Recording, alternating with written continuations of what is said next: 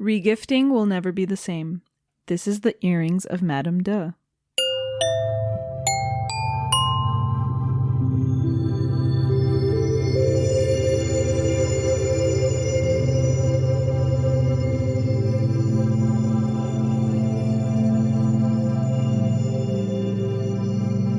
Hi, welcome everybody to Seen and Heard. This is the podcast where two entertainment assistants go through the Sight and Sound Top 100 list. We kind of ping pong, so we start at the top of the list with number one, and then we go to the bottom of the list and then back up. So it's this kind of ping pong action going on. And we just happen to be at the very bottom of the list this week. Yeah, with our film. Yeah, so if you tuned in last week for Vertigo, thank you for joining us again. Vertigo was number one, and now we're headed to the bottom of the list. And something to point out is there is no number 100 on this list. Basically, 9 films all received 17 votes. And so they all get the ranking of number 93. And our film today, The Earrings of Madame De, just happens to be the final one on the bottom of the website. It's the final number 93. So that's why we're doing this film this week. Yep, this is the one. Yeah. Max Ophüls. Yes. Before we get into the specs, though, Greg, do you want to tell me what you've been watching this week? I haven't really been watching much because I was in New York for about a week. And so, yeah, no movies. But I did see David Byrne's Broadway show, American Utopia, which was great. I loved it. There's just so many shows to see over there. It's just, and they're all cheap, too, you know? Well, relative, like compared to if they came here to Pantages or something, it would be really expensive. But so we saw American Utopia. It's cool to see David Byrne live. Always wanted to see him. Very fun. It's a great show. It's a very kind of like life-affirming show. Very positive. Great show. He's still great. He's like almost 70, dancing around the stage. That's so cool. Looks great. Sounds great. Voice honestly sounds the same as he did like in the 70s or 80s. Did you stage door? No. I feel like I'm too old for that. But think about the people that are stage dooring at that show. They got to be older than you are. Probably. You would have been the youngest stage door there. No, David Byrne is he's still cool with the kids, you know? I feel like... You know what I found out later, actually, was that Rami Malek was at the show I was at. Wow. Yeah. I love that. When I saw Hadestown in 2019, Florence and the Machine was sitting like 2 rows in front of me. Oh, wow. And I shared that Florence experience. and the Machine. No, I meant, Florence Welch of Florence and the Machine. She was 2 rows in front of me, and we shared that beautiful experience together, and I'll always cherish it in my heart that I saw a show with Florence Welch. Didn't you also see Jersey Boys with Steve Buscemi? No. What? I could have sworn you told me that story. No.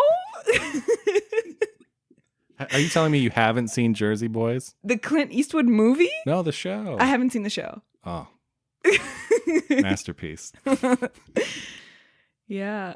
So I saw Bergman Island last night. How was that? It was very delightful. Basically, we all need to go to Sweden ASAP.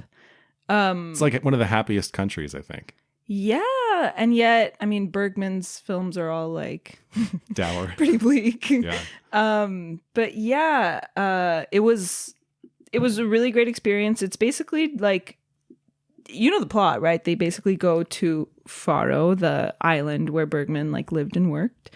And they're filmmakers, and it's basically about like filmmaking and family life and, you know, people's ambitions versus like the reality of what they can actually achieve. And it was great. I mean, very, very lovely movie. Like they're there to like channel Bergman and kind of get yeah. It's about a lot. Like it's about how he was kind of, I mean, it's not about this, but they kind of talk about how he wasn't really a great father. He wasn't really he was kind of a downer as a person. And yeah, he like rarely had a relationship with only like a few of his kids, and he had like 9 kids. Wow. And yeah, and it's about like kind of idealizing things and people like Bergman, and then like the reality of life and all the mental implications that has for like filmmaking and filmmakers, as you know. Yeah. So Do you know- it was really interesting. One of Bergman's favorite shows was Sex and the City. No. Mm-hmm. Are you serious? I'm serious. Well, Agnes Varda loved girls. So. Oh, she would. I mean, Yeah. But that's on another City is level. Hilarious. Yeah. Why? He had a very like rigid routine. Like he would wake up and he would write for a while and then he'd watch a movie in the morning and then he'd do something else. He'd watch a movie in the evening. That sounds like my ideal day. Really? He watched 2 a day? Or 2 or 3, yeah. Wow. Which I feel like is important. It's so important. I mean, I try to do 1 and I barely like... Do you get, what's the frequency of that you watch movies? You try to do one a day? I try to do 1 a day, but there's a lot of days that go by that I don't. But Same. I don't know. I heard Bong Joon-ho wakes up at like 7 and watches a movie every day. Oh, that's great. That is great. But then I feel like I would be when I woke up, when my alarm went off, I would feel like I'm doing a chore. Like I'd be like, okay, now I need to watch my movie. And I don't want it to be like that. Unless you were just like really excited for that day's movie. If I was Bong Joon-ho and I knew that I was like cool and I'm good, like I'm okay. You are cool. Thank you. If you were getting paid to make movies for a living. Exactly. If I had that confirmation that yes, you are actually a filmmaker, yeah, I'd do it. Yeah. I'd wake up. Oh, that's like the life of a writer. You just wake up, you go swimming, you watch a movie, you have some lunch, a nice leisurely lunch like cheese and crackers, a nice salad or something. Actually, this is something that comes up in Bergman Island. So does it? I'm excited for you to watch it. Anyone who loves Bergman or even remotely likes him should definitely check out the movie.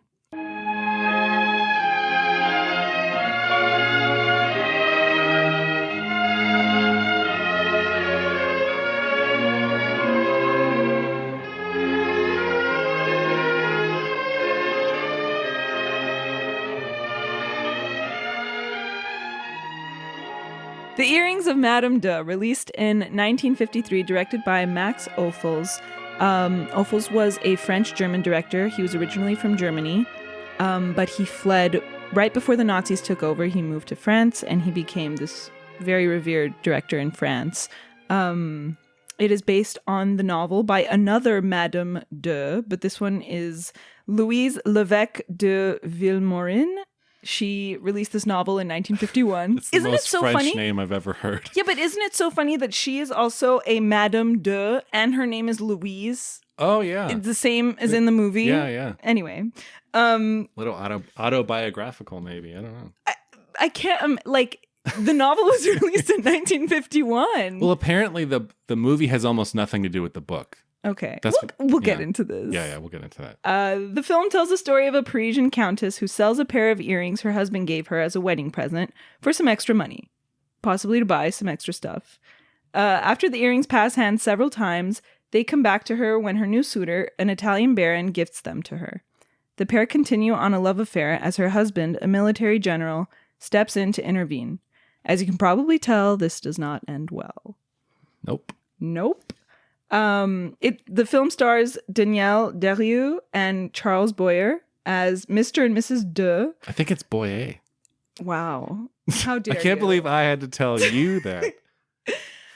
Charles Boyer. It is Charles Boyer. He's a straight up French guy. He is French. Yeah. Because it could be some like American guy's name, but no, he's French. No, he's French. So they are Mr. and Mrs. De. And then Vittorio De Sica plays Baron Fabrizio Donati, and De Sica was the director of another film on this list. Maybe you've heard of it. Possibly. It's called Bicycle Thieves. It's this small Italian film. I don't know. No one really saw it. No, I don't think so. Didn't do too well at the box office. Andrew Sarris, the American film critic, called this film the most perfect film ever made. And by the way, Madame de, the reason that I'm saying it like that, the reason that's the title is because we never hear their last name. It's just Madame de. He is just General Andre de ... Ellipses, yeah. It's just this fun little game going on in the movie. And we can get into why that is. There's even a moment where they start to say it, but then a sound. It's so perfect. It's so fun. Yeah, that's the thing. Yeah. And then she has her little name card at one of the balls and it's being blocked. The last part of it is being blocked. Yeah. And then the band at one point goes like, who is that? And he's like, I don't know, Madame does something. Like, I don't remember. Yeah, so it's just this gimmick. I don't know. They're keeping it from us, specifically the audience, because other people, like the Baron, knows her name. Yes. And we know her first name. Right. Her name is Louise. Yeah. Because he asks her, like, what's your name? And then we don't hear. She goes, hear. oh, Madame does. And then I think it is just one of those, because it's a very playful movie. Yeah. And I think it's just one of those touches. One of the little like magic tricks, I'd say. Yeah. So initial thoughts, Greg. What are your initial thoughts? First of all, have you seen this movie before? I have seen it probably about, God, time goes by so fast. 15 years ago, I was in high school, and there was a website called Red Vines and Cigarettes, or Cigarettes and Red Vines. I forget the order, but it was basically a Paul Thomas Anderson news site where this is pre, Facebook and Instagram and stuff. And you would go on this website to see what was going on with Paul and see what his next movie was. And there was a section on that website. It was like Paul's picks or something. And basically, the moderator of the website just compiled all the movies that Paul had talked about that he liked. Cool. And I remember seeing this on there. I was like, oh, I know nothing about that movie, but apparently Paul loves it, so I'm going to go see it. So I was in high school, and I didn't really appreciate it at the time. Like, I saw it, didn't really give it a second thought. And here we are today. I rewatched the movie yesterday. And I loved it. I mean, it is kind of this, I get what Andrew Sarris was saying. It is this kind of like almost perfect movie in that it feels like a very precise watch that's like just so. And there's like not a wasted second in this movie. Like everything, it's just paced so well. Like the way that it unfolds is so, it's very tight. It's very economical. It's very, it's just great. The construction of it, like you can just pick this movie apart and just like see how it works because it's just kind of like a marvel. Right. I really loved it. And it's funny, I don't remember the love story. When I had seen it when I was a teenager, I did not remember the love story. So funny. And it works really well. I was very invested in this movie. And it's both delightful and tragic at the same time. Yeah. So I didn't know what to expect going in. And like the first 5 minutes started and I was like, okay, this is going to be some good shit. It's just that first tracking shot. Oh and my God. you just know that like this is going to be something really special. And it blew me away. And it was a fun ride from there on out. Like it was a great time. I don't think I've ever seen anything from that era with so many tracking shots. Yeah, I don't think so and either. it's just, they're so beautiful. And they're not gimmicky. They're not just there to be beautiful. They're there for a very specific purpose each time. And it's all motivated. It's fantastic. Yeah. Also solid performances, really great, really funny. I'd say I laughed out solid. loud. Yeah. Oh yeah, for sure. Like honestly, the three leads are great. They are. Including DeSica, who is a director, but did some acting here. He did acting. I've seen him in a couple other things. And to look at him, you'd be like, oh, that guy's just like a born actor. Like you wouldn't think that he came up like as a director. Yeah, I heard like Ophüls was like kind of nervous to like give him direction on set because it's like the guy that directed Bicycle Thieves. It's kind of a big deal, but it was so funny. Like, do you remember when they're at like when they're dancing and there's the costume ball and she's like, look at the Admiral's wife's costume. And it's like this old lady in like a ballet tutu. Like it's hilarious. Yeah. It was great. So, but you said you like the love story works for you, right? It does. Yeah. This is something I kind of brought up in the Vertigo episode and many might like not agree with me, but the problem I think is there was this like attitude back then that, oh yeah, it'll be totally convincing that this like young woman is with this older man. And it's just like that, like this idea that this young, beautiful woman would fall madly, just completely in love with like this older man.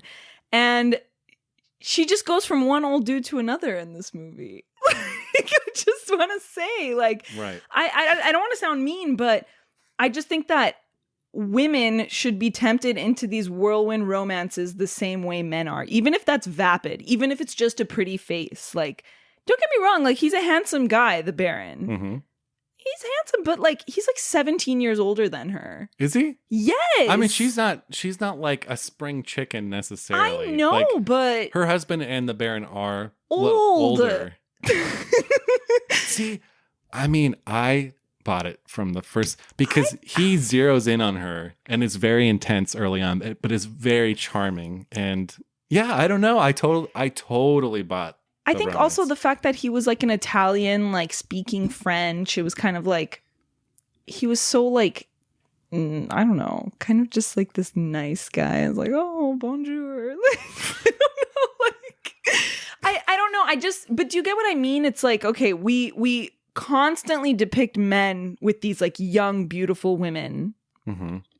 And they fall in love with them and they become obsessed with them. Yeah. And it's like, I would just like to see the same for a woman. Like, see this extremely handsome young man that you can't help but just be drawn to and have this mad love affair with. Not like an older dude that just like, God, I don't know. Yeah, I guess so. I get what you're saying. I feel like if it was this like young man, kind of like Anna Karenina type of just this like guy that sweeps her off her feet, like it would just be like, I don't know. But then maybe I'm wrong because I feel like the film is trying to sell not that kind of a romance. I think it's trying to sell more of like, oh, this is like true love. Yeah. So I could be wrong, but I think that was just my initial thought. I think he does sweep her off her feet. I think he's very charming. Even the husband in his own way, you're like, oh, I get it. Like, I get why she's with him, at least initially, because he's so kind of like effortlessly cool. Yeah. I thought, can I point something else out just because we were talking about how funny this is, and this is just their kind of like meet cute, is their carriage ride accident. It's like a car accident. It's like he planned it or something. Yeah. It's so funny the way the drivers get off and they're like, you imbecile, can't you see where you're going? And it's just like a car accident, but in like 1900. Don't you know how to steer your horse? Yeah, it was so funny. Yeah, so those were my initial thoughts. Well, yeah, let's talk about the visual language of the movie. Let's talk about the visual language. I think you're right. Like, the movie sets the tone immediately. It opens with this great kind of tracking shot, I guess, of her looking through her wardrobe and drawers and stuff for item of clothing or jewelry to sell. And it's just her hands. It's just her hands, and it's that mirror. so good. I mean, it's beautiful. It's like the kind of thing that's not showy either. Like, you don't necessarily realize like, oh, this is one shot, you know, because it just works for the scene. Another one I really love is when she's immediately after that, when she goes downstairs and then like we hear her nanny call her and she like turns and then the nanny's there. She kisses her goodbye and she goes, oh, don't forget your breakfast. And then she goes into the breakfast room. It's just that really smooth her coming down the stairs. I love it. And that same scene, the first time we see her husband, the general, is he a general? He's a general. Is this huge portrait on the wall that's kind of looming over her. And it's this great way to kind of introduce him in this portrait. It's just like works. You get it immediately. You get the dynamic. For sure. And great comedic effect in the scene with the jeweler and his son, where he keeps telling him to like, don't forget my cane. Yeah, oui, papa. Yeah, don't forget my cane. Don't forget my hat. Yeah, it's hilarious. It's really, really funny. And then there's this beautiful, like, when they're dancing during that like ball montage of like their affair, basically. Yeah. And it's just all these balls that they're going to, and then the way that the scene transitions is like it just kind of pans, and then we see the harp player put his cover over his harp. Oh, the musicians are leaving. Yeah. And that's the transition of that scene, is this like harp cover going over the harp. It's I mean, genius. Like that's a movie. Yeah. That's really utilizing the, you know, this is a movie. It's not a book. It's not a play. It's a movie. Exactly. There's so many. Another one I really love is like the last ball where the general confronts the Baron and basically tells her, I know. It starts with her dance card, right? That's what it's called, right? Her dance card. You're just seeing them fill out the dance card. You're hearing them like giggle and flirt. And then it just follows them throughout the ball. I love a good ball tracking shot. And I am going to do a shout out right now to one of my favorite movies, Pride and Prejudice. Joe Wright, like that ball, that tracking shot at the ball in that movie. I haven't seen it. You haven't seen that movie? No. What? No, I haven't seen it. And now I know where he got it from after watching this, because it's just, there's no other way to shoot a ball. Okay. You have to see the 1960s Russian adaptation of War and Peace. There is the most beautiful ball scenes I've ever seen in a movie. And they're shot so like with such an exhilarating like style. They're beautiful. They blew my mind. Wow. I'll check it out. I love a good ball And they're scene. like these grand balls with like thousands of extras and stuff. Wow. And it's like, yeah, it looks amazing. But I need to see Pride and Prejudice. Yeah, it's so good. I love in this movie that they use balls, the series of balls as like the seduction, right? Like it's the affair. Yeah. It's the affair. You see the affair through the balls that they're attending. And it's so good. Like what a cool way to show that. Yeah. I don't think they ever, I mean, I feel like at the end, when she's praying and she says like, oh, you know, like we never did anything. It was just in thought. Like, so did they not have sex? Like, do you think that ball really, those balls really were the affair? I feel like they had to have at some point. Like there's some scenes where they get pretty hot and heavy, like in the back of a carriage. Yeah. I was gonna say. Yeah. Like how could that not lead to sex? I don't know. I don't know. Maybe it's possible. I don't know. I don't know. And then there's also, I don't know if you noticed, but going back to cameras and stuff, there's I feel like when the Baron is kind of, when the general is talking to the Baron, when he's kind of confronting him every time, whenever it's kind of tense, was there like a slight Dutch angle, or was that just my imagination? Did you notice that? No, I didn't notice. It was so subtle and it was so great. It just like, yeah, it just told you like something's wrong. But yeah, those tracking shots are brilliant. So actor James Mason wrote a lovely little poem about Max Ophüls and his tracking shots. He starred in one of his movies, and now I don't remember the name of the movie. I think it was a couple before this. It might have been the movie or two, because this was Ophüls' second to last movie, I think. Oh, really? He only did one more after this. Oh, yeah, he died very young. Yeah. Unfortunately. So James Mason's poem, I apologize because you kind of have to read it in a British accent, otherwise it doesn't rhyme. Or at least the last two lines. And I really tried to get Greg to do it, and he refuses. I just cannot do... All the more reason.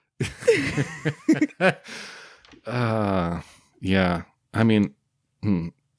It's okay, Greg. It's okay. I will try. I'll try.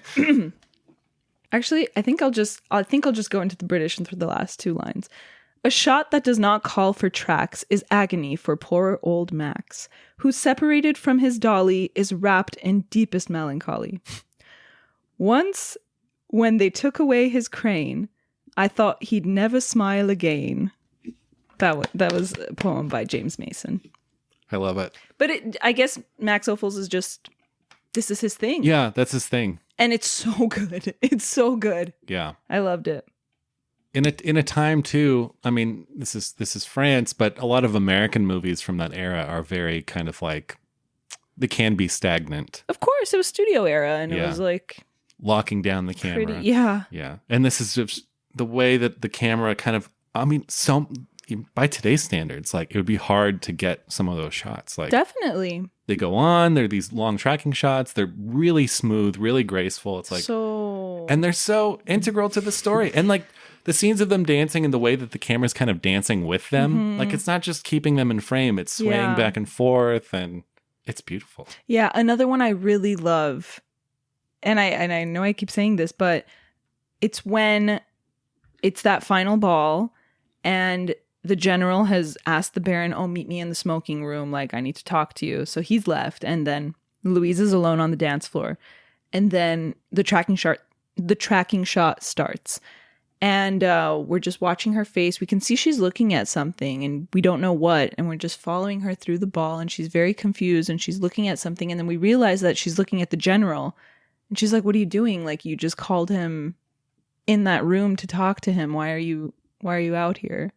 I really loved that moment. Yeah. I think it was just a great moment of like mystery, and it's like, okay, why are we doing this tracking shot? And it's like, oh, that's why. Yeah. Oh, God. You gonna cry? But it's just so motivated. That's what's so great. Yeah, I mean, that's because a lot of people are, a lot of filmmakers are kind of flashy and, for no reason. You see this a lot in film school too, right? It's like a lot of student films are like unmotivated. I mean, I didn't like go to proper film school either, but I took some film classes. And yeah, it's a lot of flash for nothing. And like, this is the ultimate like textbook example of just like motivation behind everything that you do. Yeah. Oh, we haven't even talked about my favorite one because that's my favorite site. Oh. But I'm excited. I'm excited too. It might be the same one. Since neither of us has mentioned it. Maybe. Okay, then we're going to stop now. So the film starts with this kind of title card. I don't know why I said kind of. It is a title card.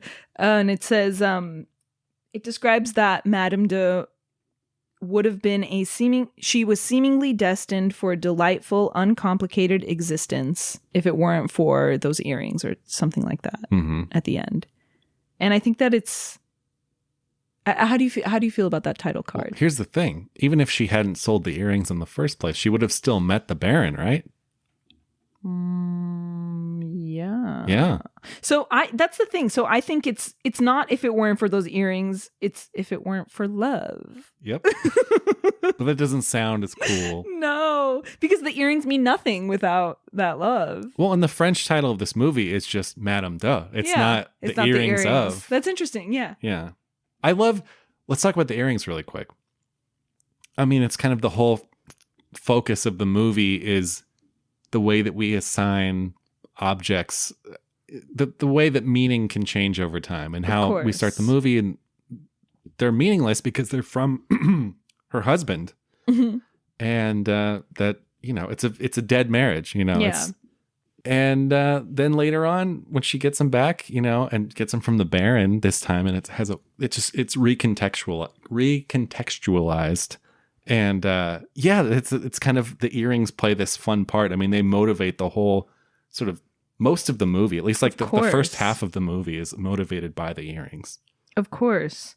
Yeah. And I think it gets into really like, okay, is this a story about, the more I thought about it and the more, of course, like with that ending scene with the church, like I feel like it kind of has these like Catholic principles just kind of like folded into it a little bit. Like, is it about like the dangers of materialism, the dangers of lying? Like, I think it is very much like you said, it's these objects that change meaning over time. So it's really not about the objects. It's not about the material.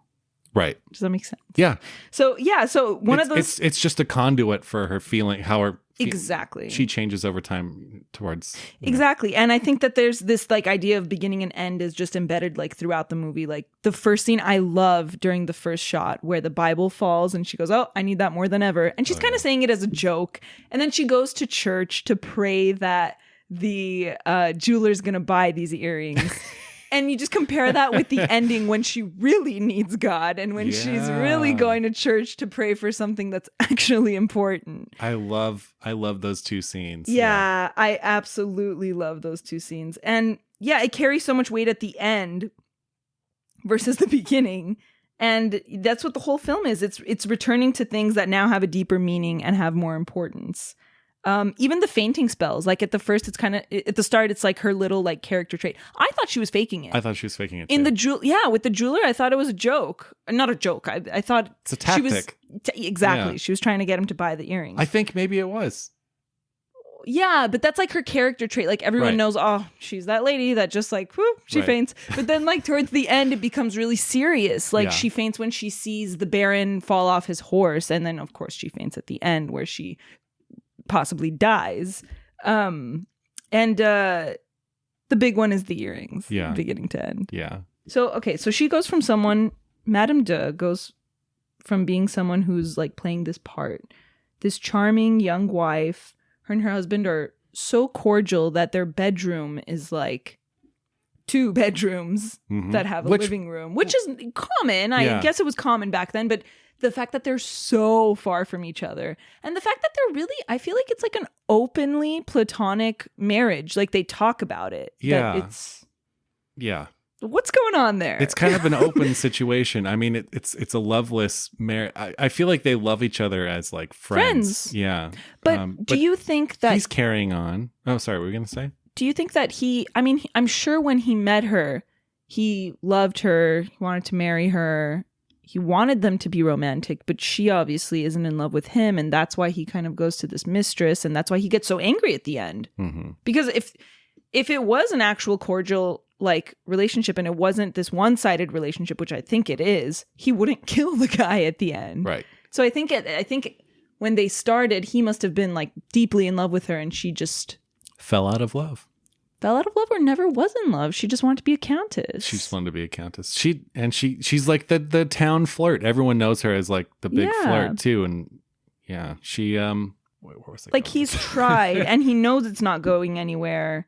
Yeah. And he's hurt that it's not him. When she does fall in love, he's hurt that it's not with him. Well, he has that line because it's implied that they're both stepping out and that it's kind of this like okay thing, like they're both okay with it because it's these like casual encounters. Mm-hmm. But when she starts to really fall for the Baron, mm-hmm. he has this line to her where he says like, "I'm jealous of what you have," and he kind of it's like he kind of throws it away too. Yeah, he says something like, "You seem really happy, like I'm jealous." Yeah.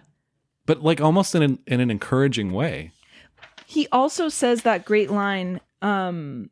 So he says, "I'm not particularly fond of the person you've made me out to be." And at first I was like, does he mean like this angry and jealous person or this platonic husband? But really he continues it and he goes, "But I played along to avoid displeasing you." Mm-hmm. So it makes me think this platonic husband. Yeah, it stems from her. Yeah. Yeah. They refer to each other with vous, like the formal. Good catch. Didn't get that. Like they're so cordial. It makes sense. Yeah. So that scene actually where it's a bit, that's the most melodramatic this movie gets, is when she goes, "There's no one who can help me," and he goes, "I think there is," and she goes, "Don't hurt him." It's so sudden. I was like, I don't think that's what he meant. But then his face gets really straight and he turns really quick. He's like, "Nope, I have to. This is what I'm doing." Like, it gets a little melodramatic at that point. Yeah, it does. It's kind of funny. It was so sudden. I think the melodrama works really well for this movie too. It's like just the right amount. You know, it doesn't go over the top. Yeah. It's like just enough to really be juicy. You know, I guess. But going back to Louise, like, she goes from this very vapid society queen, someone who lives on the surface, and she kind of turns into this romantic heroine. And that's how everything changes meaning from what it was in the start to what it is at the end. But I like that she doesn't change completely. Like, she's still kind of herself. And I want to play this one clip. This is before the duel. So the general has challenged the Baron to a duel because he's not having it. And they decide, yep, that's the way to settle this argument. And she is kind of telling them, she comes to her senses and she's just like, "Why are you guys doing this? Like, I'm not worth it." So it is in French, so I will read the English. She basically says, "I'm not worth it. I'm not even pretty anymore." And he says, "You're prettier than ever." And she says, "Really?" I'm going to play it. Vous n'allez pas vous battre pour moi, pour une folle comme moi. Je n'en vaux pas la peine. Je ne suis même plus jolie. Plus que jamais. Croyez. Like when he goes, "You're prettier than ever." She's like, "Really?" Yeah. And then she even says, she's like, "I'm incorrigible. Like, look at me. I'm still like this frivolous lady." And yeah, they've already agreed to the duel at this point, right? They have, yeah. And she continues this and she says, "The woman I've become suffers because of the woman I was." God. I mean, let's talk about her over the course of this movie, her character. That's what I mean. That's what I've been trying to do for the past 10 minutes. She ends up, so this isn't some like big epiphany, like at the end, like she's not so different from when we met her in the beginning. And that's No. But that's she the is point. different. Right. I mean, I think she has grown. I just don't think she's like completely. I think that this is what saves it from being like such a melodrama, is this fact that she is not this like magical saint now. Yeah. Yeah. I agree completely. So with the ending, when she takes those earrings and she leaves them at the altar, I think like on the surface, it's supposed to be her finally giving up this material thing that she valued. Right? I mean, but did she even value it from the beginning? I guess what it represented, which was money. But then like, here's the thing. I think that I see it more of maybe it's the fact that she's still this kind of materialistic person. The fact that she's so naive to think like, I'm going to pay for this prayer with earrings. And it's the language she uses. She says like, she says, I'll thank you in advance. I'll pay you it's so like rate of exchange language. Yeah. It's like, I'm going to give you in advance for saving my lover. I love that. I think it just shows that it's still there. Mm-hmm. I don't think it's this magical ending that she is transformed by the spirit and she's no longer a materialistic person. No. That's great. That's great. It's the only language she knows is this language of like, here's money and here's what I'm going to get in return. Yeah. And it comes from her really privileged existence and her shopaholicism. Mm-hmm. Yeah. I mean, no, you said it perfectly. I don't even have much to add to that. Yeah. I mean, that is perfect. I didn't even really quite think about that part so because deeply. I think on the surface it's supposed to be like, okay, she's giving up the earrings. This is it. It's done. She doesn't care about like gifts or anything. But in reality, it's like, why are you paying a saint with earrings? Yeah. No, that's great. Honestly, I did not really clock that. I think a part of me thinks that it's really a donation like to the church, but still it's like she's paying for a blessing. Yeah. With the earrings. I mean, we can get into the problems of like the Catholic Church and why they kind of promote that, but we don't need to now. That's a whole other conversation. Yeah, I mean, no, you're right. If it was just going to be a donation, she would have sold the earrings back to the jeweler and just given the money to the church, right? She's literally giving St. Mary like, hey, these will look cute on you. Earrings, yeah. Yeah, I love that. Because they give it to the niece, right? The needy niece. Mm-hmm. And she's like not happy about that. Well, she just wants the money. She wants the money? No, she wants the earrings. They're important to her. The niece? Oh, no. I was talking about Louise. Oh. Never mind. I thought you were talking about her niece, who she gives the earrings to, and then the family sells them because they don't have the money. Yeah. Also, why are they poor if they're so rich? It's fucked up. It is fucked up.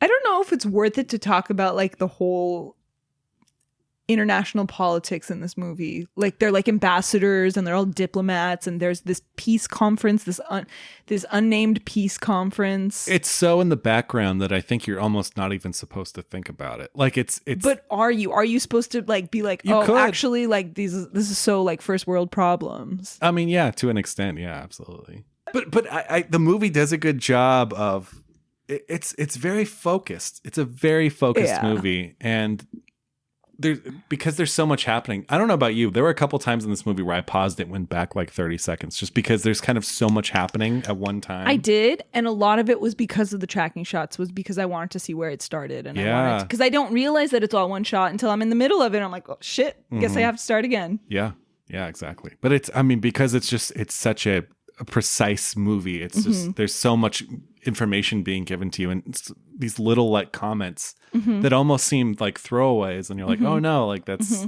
this dig, you know. I love the one like really quiet moment. They're the last ones dancing, and one of the guys that works at the ball is like putting out the candles. Oh yeah, it's so lovely. Yeah, it's great. And I think that leads into the harp cover transition. It's just and it's nice because prior to that scene, I think they just started getting involved, and then you have that scene, and a member of the orchestra says something like, "Oh yeah, they're always here. They're like always the last ones." So you've now jumped ahead, and we're further into there. Of course, and then it keeps going like, 24 hours without seeing you. 70. It starts higher. It's like 72 hours without seeing you. 48 hours without seeing you. 24 hours without seeing you. Yeah. So last week we did Vertigo. And Vertigo is known for its very stark, bleak ending. This very kind of abrupt ending. It's funny because this movie too, it's not happy at all. No. It's a very kind of haunting Definitely. He is dead? Question mark? He's definitely dead. I think there's no question about it. I don't think there is either. Is she dead? Question mark? No, I don't think she's dead. Yeah, I mean the offering of the earrings. Oh wait, the offering she leaves is before the duel. That's and then right. we go and it says a gift from Madame de. That's right. Like she wouldn't just put her full name on Right. Yeah. Yeah, I don't know. I mean, bleak endings though. Yeah, I think there's no question that he's dead. Yeah. Well, you never know. It would be really tragic if he wasn't dead and she was. I mean, there's only one shot. Yeah, maybe they came to their senses and said maybe we shouldn't kill each other. You think? He's a general. He's going to have great aim, you know. That was so fucked up too. The fact that the guy that was like giving the rules was like, oh, the one that's offended can shoot. That's how it works. Okay, so this is just like an execution. Like, basically. Well, because that's so messed up. You'd stand so far apart and those old guns are not like super accurate. But yes. He's a general. I know. But yeah, that's how it used to work. I mean, there's like the other duels where they don't do that in Hamilton. Go back to back and that's take Hamilton steps and then they turn around. Yeah, that's way more fair. Yeah. No, it's funny. We'll get to it when we do Barry Lyndon, but there's some duels in Barry Lyndon that play by these same rules where someone gets to fire first. The offended and gets the other to person fire just first. has to stand there and take it. It's so messed up. Yeah. All right. Favorite. All right. Let's do favorite sight first. Okay. Because I have a feeling we have the same one. I wonder if we have the same one. My favorite sight. Say it on 3.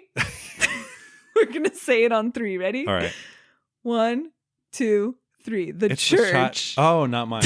Okay. Wait, what in the church? The first time she goes to the church. Oh. The first tracking shot in the church where the altar is revealed. Maybe just because it was like the movie was fresh and I was fairly new to how many tracking shots there were going to be in the movie, but we track her coming into church. She makes her cross, and then we follow her, and the altar's revealed, and it's all one shot, and it's so pretty. Oh my god, that's right. Yeah, yeah. It's all business with her. I mean, she's in, she's out. You know, it's funny because I didn't clock that as a continuous shot when I did the movie because it's not when I first watched the movie because it's not showy. Yeah, it's not.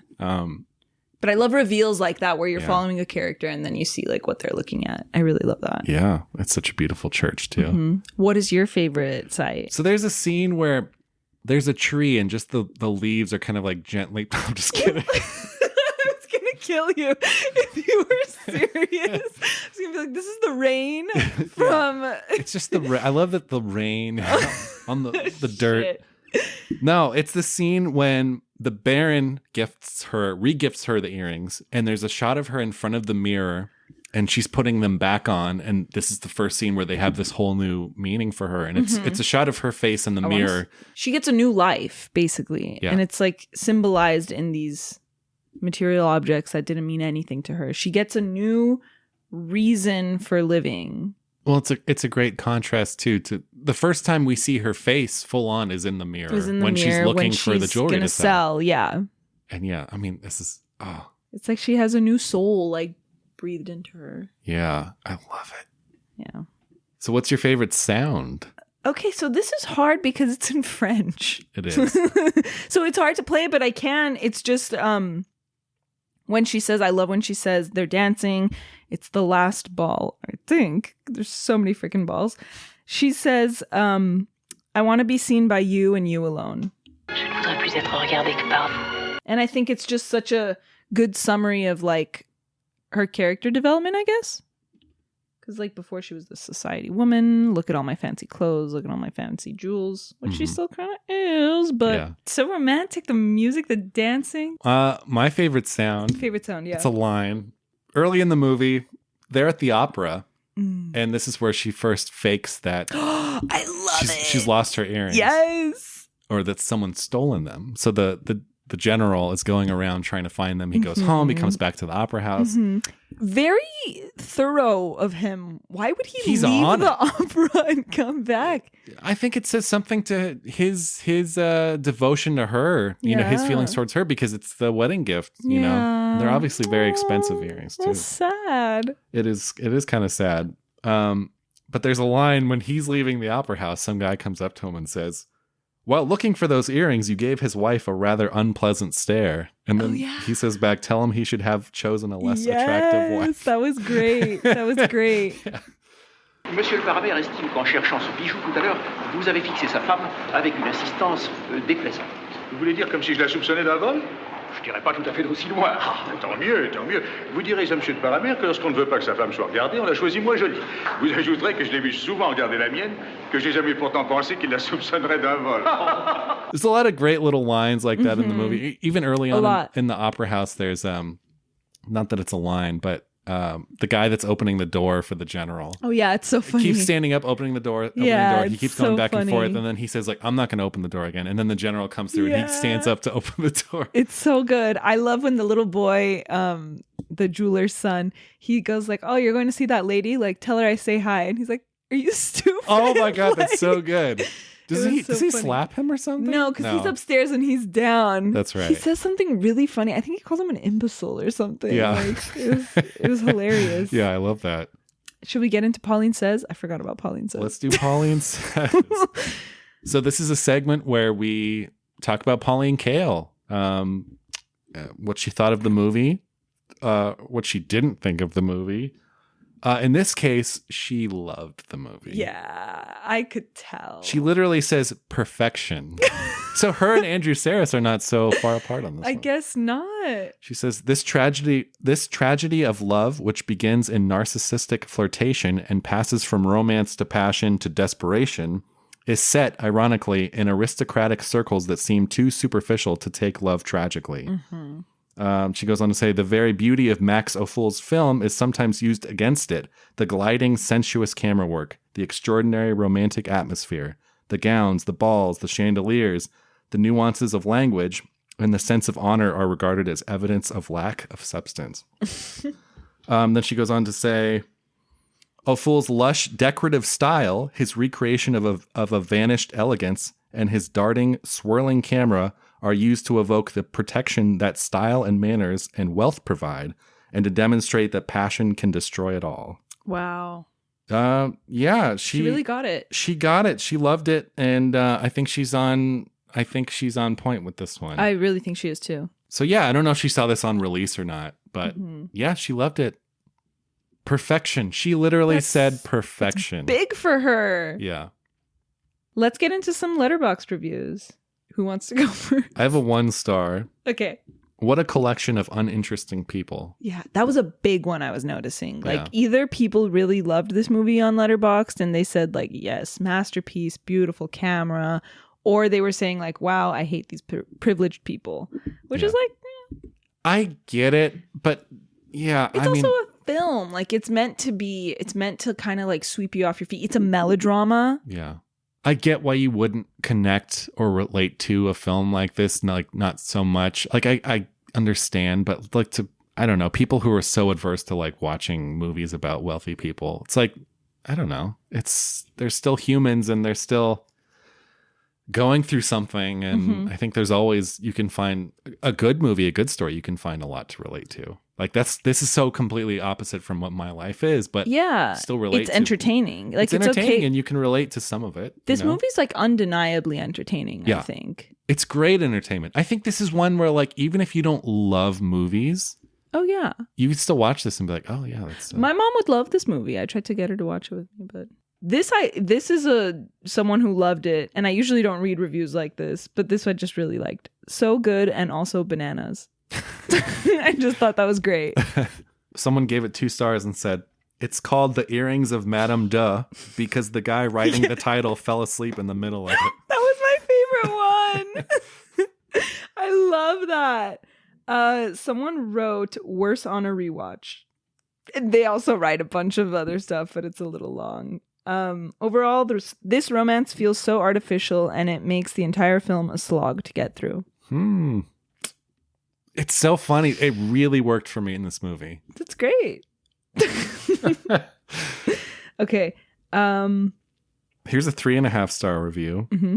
Sisterhood of the Traveling Pants was prob based off this. Oh my gosh, I love it.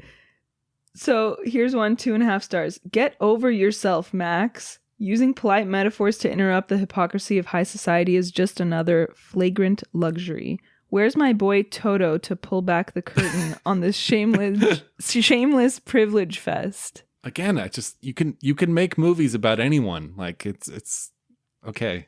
Yeah. Another one, I will never care. It doesn't matter how nicely filmed it might be. I will never care about movies about unlikable rich people dealing with petty problems, which are treated like earth-moving events. Well, they're earth-moving in their lives. It's melodrama. Yeah. I think people need to understand that the point of romance and melodrama is to be, first and foremost, entertained. Yeah. Like, I mean, okay, that's a bold statement. I take that back. I just feel like if something is melodramatic like this, it's okay to simply watch it for the entertainment value. Mm-hmm. I don't think they're so unlikable either. I don't think so either. I actually like the general. Yeah. Well, mostly. Yeah. Until he becomes a petty little bitch. Yeah, until he decides I'm going to kill this guy. Yeah. Here's a 3-star review. Mm-hmm. Flirting is fun and then you die, I guess. This one was funny. This was 4 stars. Okay, French paper money used to be a full 8.5 by 11, LMAO. Here's a 3-star. I tried watching this 3 different times today. I just couldn't get through it in one sitting, but it's kind of good. What? But it's kind of good. Here's a 3-star, another 3-star. Mm-hmm. So cool you could just pistol duel people who offended you. Here's one. What didn't help was my inability to get behind these characters. The petty squabbles of bourgeois fucks who honestly should have just been lynched in the streets at the end. Not exactly my jam. Wow. I mean, come on. Okay, this one I really love. This is 3.5 stars. I always end up with the ones with cuss words. This bitch is fucking unreal. She's an absolute savage and will do anything to get her way. And if she doesn't, she'll just like, fuck it, I'll faint. Then honestly, nothing but respect for whatever the fuck her name is. I saw that one, yeah. Someone said, this is another 3-star. I feel like a lot the of sweet three, spot is the 3-star, yeah, 2.5. 3, yeah. Mm-hmm. Maybe instead of being such a boring aristocrat, the general could have just learned how to dance. That's so good. That's really good. Oh, okay. 2 stars. This is my last one. 2 stars. It could have been better if there wasn't that romance. Disagree.